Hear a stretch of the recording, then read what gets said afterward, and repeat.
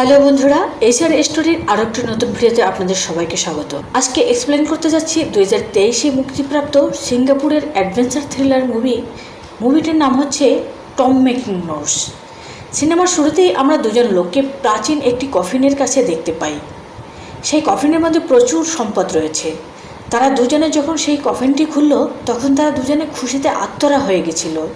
কফিনের ভিতরে কবর দেওয়া ব্যক্তিটি জীবিত ছিল কিনা তা তারা না জেনেই তারা সেখান থেকে সোনা চুরি করতে ব্যস্ত হয়ে পড়ে। কফিনের ভিতরে একটি বিপজ্জনক প্রাণী বেঁচে আছে, যে দেখতে মেয়েদের রূপে ছিল। ভয়ঙ্কর দুটি দাঁত এবং লোমে ভর্তি মুখ ছিল। তারা দুজন যখন সেখান থেকে সোনা চুরি করতে শুরু করে তখনই সেই প্রাণীটি তাদের দুজনকে আক্রমণ করে। এই সময় আর্থ মাস্টার, যিনি পুরনো জাদু জানতেন, তিনি তাদের দুজনকে এই মহিলার হাত থেকে বাঁচাতে আসে। এই জাদুকরের পুরো পরিবার হাজার হাজার বছর ধরে সমাধি খুঁজছিল। তারা অনেক পুরনো জাদু জানত, যার সাহায্যে তারা অনেক পুরনো কফিন খুলতে পারত। আর যদি কফিনের ভিতরে কেউ কোনো জাদুকরী শক্তির কারণে জীবিত থাকতো, তখন তারা তাদের এই জাদুকরী বিদ্যা দিয়ে কফিনের ভিতরের জীবিত কোনো আত্মাকে সামলাতো, যে কাজটি এখন আর্থ মাস্টার করছিল। তিনি তার জাদুকরী মন্ত্র ব্যবহার করে প্রথমে এই শয়তান মহিলার সাথে লড়াই করেন। যখনই সেই জাদুকরকে ধাক্কা দিতে আসে তখনই সেই শয়তান মহিলাকে লাল কাপড় দিয়ে বেঁধে ফেলে। কিন্তু কফিনের ভিতর সেই শয়তান মহিলা খুব শক্তিশালী ছিল, তাই এই লোকটির পক্ষে তাকে বশে আনা খুব কঠিন ছিল। কিন্তু জাদুকর তার হাল ছাড়ে না এবং তার সমস্ত জাদুকরী শক্তি ব্যবহার করে অবশেষে মহিলাকে কফিনের মধ্যে বন্দি করে। সিনেমাটিতে এই সিনটি এখানেই কাট করা হয়। সিনেমাটির পরবর্তী সিনে একটি ছেলেকে এই গল্পটি বলতে দেখা যায় এবং ছেলেটি যে গল্পটি বলছিল তা হাজার বছরের পুরানো। এখনকার সময় কেউ এমন কফিন তৈরি করে না এবং পুরনো কফিন খোঁজার কাজও করে না। সিনেমায় দেখানো এই ছেলেটির ভাগ্নেও একজন আর্ট মাস্টার ছিল, যার নাম ভাং, আর সেও তার সাথেই কাজ করত। তাদের ব্যবসা বন্ধ হয়ে যাচ্ছিল। তাদের ব্যবসা বাড়ানোর জন্য সেখানকার লোকদের কাছে মিথ্যা বলে এবং তাদের বলে যে জাদুকরী মন্ত্রের মাধ্যমে ভাং মানুষের সমস্যার সমাধান করতে পারে। কথা শোনার সাথে সাথে সেখানকার কিছু লোক ছেলেটির কথা খুব মনোযোগ সহকারে শুনতে থাকে। ওখানের একজন লোক ছেলেটির কথা বিশ্বাস করে এবং তাকে বলে, আমরা কয়েকদিন আগে বিশেষ একটি কফিন খুঁজে পেয়েছি, যেটা আমরা খুলতে পারিনি। আমরা এমন কাউকে খুঁজছিলাম যে কিনা ওই কফিনটি খুলতে পারবে। সেই লোকটিও সেই ছেলেটির কথা বিশ্বাস করেছিল এবং মনে করছিল যে ফাং অবশ্যই এই কাজটি করতে সক্ষম হবে। তাই তারা খুব চালাকির সাথে ফাং এবং হুকে তাদের দলে অন্তর্ভুক্ত করে। এরপরে তারা তাদেরকে সেই কফিনের কাছে নিয়ে আসে। তারপরে সেই লোক হঠাৎ করে ফাংয়ের গলায় একটি ছুরি ধরে এবং তাকে হুমকি দেয় যে তুমি যদি এই কফিনটি না খোলো তাহলে আমরা তোমাকে মেরে ফেলবো। তখন না চাইতেও ফাংকে কফিনটি খুলতে এগিয়ে যেতে হয়, যদিও সে কোনো জাদুকরী মন্ত্র জানে না। সে কফিনের সামনে এসে একটি সোনালি রঙের ডিভাইস বের করে, যে যন্ত্রটি তাকে ভিতরে ভালো বা খারাপ শক্তি সম্পর্কে বলে। এই ডিভাইসের মাধ্যমে ফাং জানতে পারে যে এই সমাধিটি অভিশপ্ত এবং এটি যদি খোলা হয় এখানে অবশ্যই খারাপ কিছু ঘটবে। এটি জানা সত্ত্বেও তার প্রাণের হুমকি রয়েছে, তাই সে প্রাণের ঝুঁকি না নিয়ে কফিনটি খোলে। এটি খোলার সাথে সাথে এটি থেকে অনেক ছোট ছোট দানব বেরিয়ে আসে এবং মানুষের মুখে হামলা করে। তখন ওখানকার মানুষের মধ্যে আতঙ্ক ছড়িয়ে পড়ে, সবাই ছুটতে শুরু করে। তখনই ফাং দ্রুত এই কফিনটি বন্ধ করে দেয় এবং সেখান থেকে হুগোর সাথে পালিয়ে যায়। ফাং তখন হুগোকে বলে, ব্যাস, আমরা এরকম কাজ আর করব না। অকারণে লোভে পড়ে তুমি মানুষকে মিথ্যা গল্প শোনাও। তখনই সে কফিন থেকে চুরি করা একটি পুরনো জিনিস দেখায়। যখনই সেই চুরি করা জিনিসটি খোলে তখন তারা একটি মানচিত্র দেখতে পায়। এই মানচিত্রটি এমন একটি পাহাড়ের ছিল যেখানে আর্ট মাস্টারের মাথার সমাধি ছিল, যার কাছে সবচেয়ে বেশি জাদুর মন্ত্র এবং তথ্য ছিল এবং সেই আর্ট মাস্টারকে জাদুকরদের দেবতা মনে করা হতো। তিনি তার সমস্ত জাদুকরী মন্ত্র একটি জাদুকরী নোটে লিখে রেখেছিলেন, যা এখনও তার সমাধিতে রয়েছে। এমনটা বিশ্বাস করা হয় যে কেউ যদি সেই নোটটি পায় তবে সে রাতারাতি তার সব ইচ্ছা পূরণ করতে পারবে। তারা কিছু করার আগেই সেখানে কিম নামের একটি মেয়ে চলে আসে এবং মানচিত্রটি চুরি করে সেখান থেকে পালিয়ে যায়। যখন সে বাইরে আসে তখনই জাংয়ের লোকদের সাথে দেখা হয়। এই মেয়েটি কফিনটি খোলার পরে ফাং এবং হুগোর উপর নজর রাখছিল, শুধু এই ম্যাপটির জন্য। তখন জাংও এই মেয়েটির কাছ থেকে এই মানচিত্রটি নিতে চাইছে। তখন মেয়েটি বলে, আমার কাছ থেকে মানচিত্র না নিয়ে আমাকেও তোমাদের যাত্রায় অন্তর্ভুক্ত করো এবং আমার সাথে তোমার হাং এবং হুগোকেও প্রয়োজন হবে।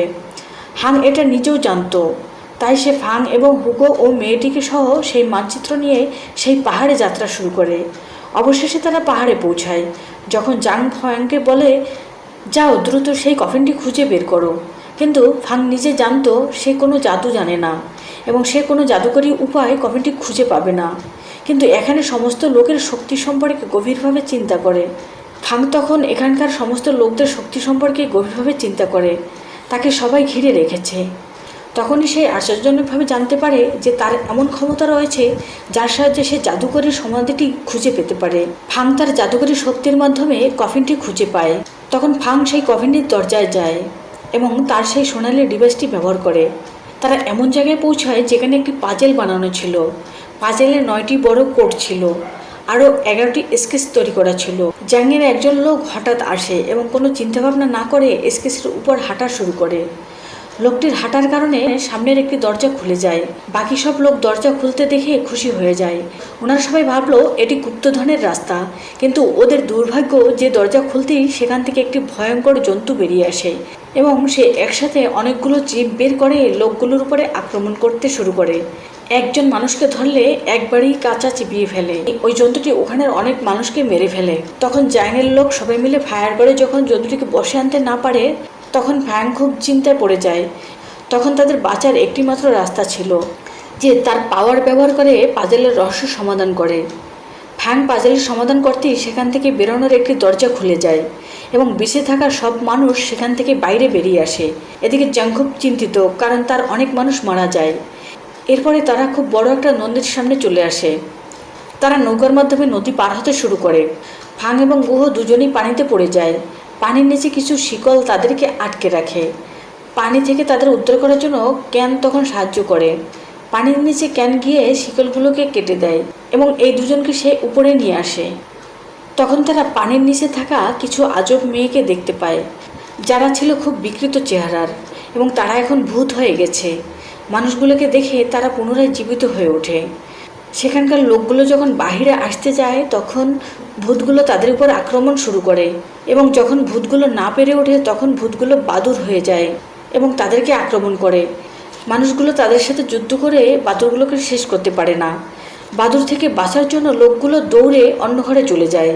তারা এখানে এসে খুব অবাক হয় এবং খুশিও হয়। শেষ পর্যন্ত তারা এমন একটি রুমে আসে যেখানে গুপ্তধন ছিল।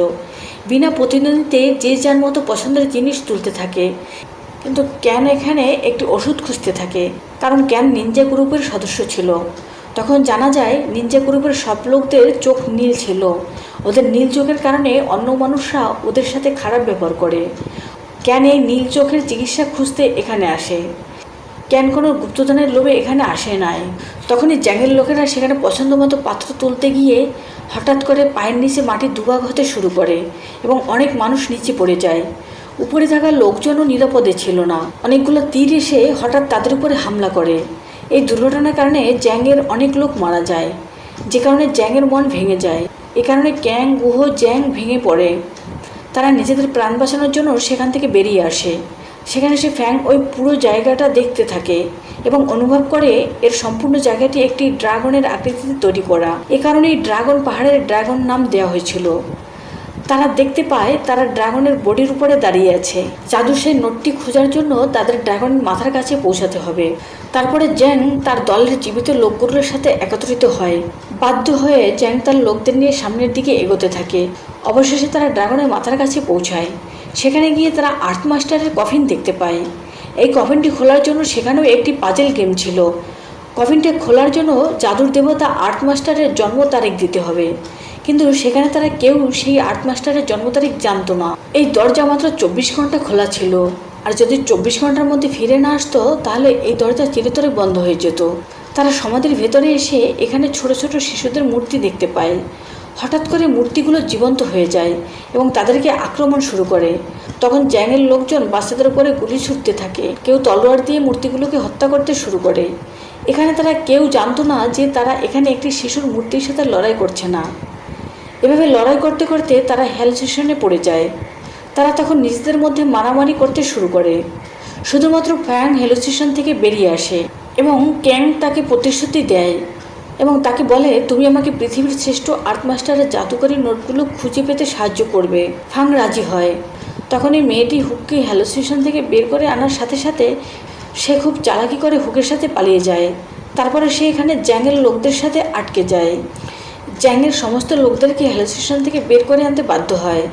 তারপর সেই দলের লোকগুলো সেখান থেকে বেরিয়ে ফ্যাং এবং হুগোকে খুঁজতে যায়।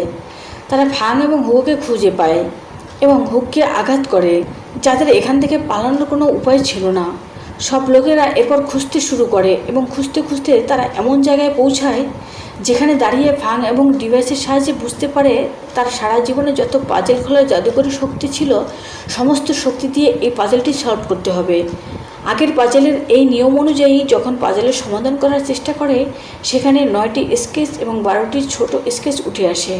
তখন হিসাব করে বুঝতে পারে যে 12 মাসের 9 তারিখ সেই আর্ট দেবতার জন্ম তারিখ। এটা বলার সাথে সাথে 9 এবং 12 সংখ্যাটি এখানে খুঁজতে থাকে। সংখ্যা দুটি খুঁজে পাওয়ার পরে সেই কফিনের দরজা খুলতে শুরু করে। জ্যাংয়ের একজন লোক এখানে চালাকি করে জ্যাংয়ের বাকি লোকদের আটকে রাখে। জ্যাংয়ের ওই লোকটি কফিনের রহস্যটা আগে থেকেই জানতো এবং জ্যাং সেই বিষয়ে জেনে যায়। এই লোকটি জ্যাং সহ সমস্ত মানুষকে এখানে বুদ্ধি করে নিয়ে আসে, কারণ সে সবার সাথে যাতে এইখানে পৌঁছাতে পারে। এই লোকটিও আগে থেকেই জাদুকরী বইটি খুঁজছিল। কিছুদিন আগে এই লোকের ছেলের মৃত্যু হয়। সে চেয়েছিল এই জাদুকরী নোটটা সে পাইলে তার জাদুর সাহায্যে তার ছেলেকে সে জীবিত করতে পারবে। এই জন্য পরবর্তীতে সে জ্যাংকেও আটকে রেখে এবং জ্যাংকে সে বলে আমার পুত্রকে বাঁচানোর জন্য আমি আপনাকে এখানে আটকে রেখেছি, পরের জন্মে আমি আপনার গোলাম হয়ে সারা জীবন থাকব। তারপরে সেই লোকটি কফিনের উপরে ছেলের লাশটি রাখে এবং সে দেখতে পায় তার ছেলে জীবিত হয়ে গেছে। আসলে তার ছেলে জীবিত হয় না, সে হ্যালুসিনেশনের কারণে দেখতে পায় তার ছেলে জীবিত হয়ে গেছে। কফিনের উপরে রাখা তার মৃত সন্তানের শরীরে একটি বিছে পোকা ঢুকে যায়। তারপরে সে যখন ওই বিছে পোকা সহ তার মৃত সন্তানকে কোলে নেয় তখন সেই বিছে পোকা তাকে কামড়ে দেয় এবং সে মারা যায়। সে মারা যাওয়ার পরে জ্যাংয়ের লোকগুলো যেখানে আটকে ছিল সেখান থেকে তারা মুক্তি পায় এবং ওই লোকটি মারা যাওয়ার সাথে সাথে সেই কফিনটিও খুলে যায়। কফিনটি খুলে যাওয়ার সাথে সাথে তারা দেখতে পায় সেই আর্থ দেবতা, সেই আর্থ মাস্টার যেখানে জাদুর দেবতা ছিল তার এবং তার স্ত্রী দুজনের লাশ রয়েছে। সেই কফিনের মধ্যে তারা সেই জাদুর নোটটিও দেখতে পায় এবং জাদুর নোটটি তারা বের করার সাথে সাথে ওখানে অনেক প্রহরী উঠে আসে এবং তারা জীবন্ত হয়ে যায়। সেখানে জ্যাংয়ের লোকদের সাথে প্রহরীদের সাথে যুদ্ধ শুরু হয়ে যায়। যুদ্ধে জ্যাংয়ের লোক সেই প্রহরীদের সাথে পেরে ওঠে না এবং সবাই ওখানে তারা মারা যায়। শুধুমাত্র সেখানে ফাং, ক্যাং এবং গুহো তিনজনই বেঁচে ছিল এবং তারা নিজেদের জীবন বাঁচানোর জন্য সেখান থেকে পালিয়ে আসে। তারা বুঝতে পারে এই ধন সম্পদের থেকে তাদের জীবন অনেক মূল্যবান। গুহো ওখান থেকে নিয়ে আসা একটি পাত্র দেখিয়ে মজা করে। ফাং সে পাত্রটি জলে ফেলে দিয়ে বলে আমরা আর কখনই এসবের লোভ করব না। সে আরও বলে কোনো জাদুর নোটের থেকে বেশি জরুরি নিজেদের জীবন। ফাং ক্যানকে তার কাঁধে নিয়ে হাঁটতে থাকে আর বলতে থাকে কখনই এমন জাদুকরী কিছু বিষয় নিয়ে পাঙ্গা দেবে না এবং যাবে না। ওই পাত্রটি জলের নিচে পড়ে যায় এবং একসময় এক জেলে সেই পাত্রটি কুড়িয়ে পায় এবং ওই জেলে পাত্রটি দিয়ে সে কি করবে কেউ জানে না। এবং এই সিনটির সাথে সাথে সিনেমাটি এখানেই শেষ হয়ে যায়।